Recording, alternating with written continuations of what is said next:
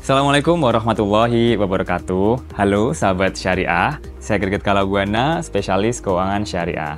Nah, ngomong-ngomong soal literasi keuangan, kita dihadapkan pada berbagai macam fenomena yang terjadi di masyarakat yang cukup menantang. Contohnya, katanya nih, daya beli menurun.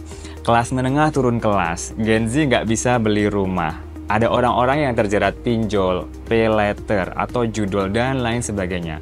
Itulah kenapa keterampilan mengatur uang atau punya literasi keuangan itu menjadi wajib seharusnya bagi setiap orang, siapapun itu. Nah, terkait dengan mengatur uang atau penghasilan, ada yang namanya penghasilan pasif atau penghasilan aktif. Nah, kira-kira perlu nggak sih kita punya penghasilan pasif dan juga aktif, baik untuk masa kini maupun masa depan?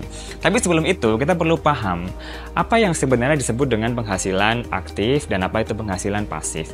Penghasilan aktif adalah penghasilan yang kita peroleh dengan melakukan aktivitas, artinya berkegiatan secara aktif. Contohnya, bekerja, berbisnis, berwirausaha, berprofesi, jadi guru, jadi dosen, dan lain sebagainya, itu adalah bagian dari penghasilan aktif. Artinya, kita terlibat secara langsung dan terikat dengan kegiatan yang menjadi sumber penghasilan tersebut.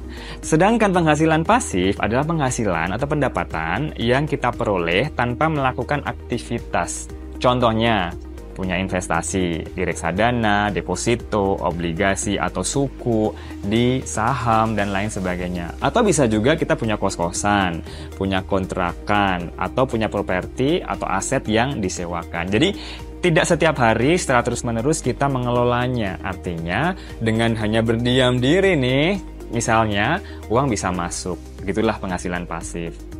Nah, kembali ke pertanyaan awal tadi, perlu nggak sih kita punya penghasilan aktif sekaligus penghasilan pasif, sahabat syariah?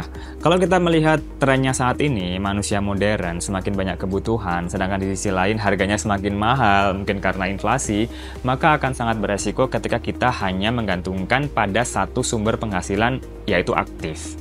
Apalagi manusia tidak bisa seumur hidup bekerja terkait tenaga ataupun usia. Itulah kenapa kita dianjurkan untuk punya penghasilan pasif di samping penghasilan aktif. Yang pertama, karena di pasar, di market, itu tersedia beragam instrumen investasi yang bisa kita pilih. Kalau misalnya nggak tahu, tinggal tanya, belajar.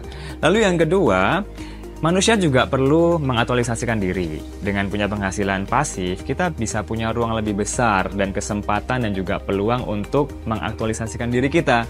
Lalu yang ketiga, punya penghasilan pasif itu adalah salah satu cara untuk mempercepat tercapainya tujuan keuangan. Jadi gimana sahabat syariah? Perlu nggak kita punya penghasilan aktif dan juga penghasilan pasif? Untuk tips dan triknya kita akan bahas di video berikutnya. Wassalamualaikum warahmatullahi wabarakatuh. Bank Syariah Indonesia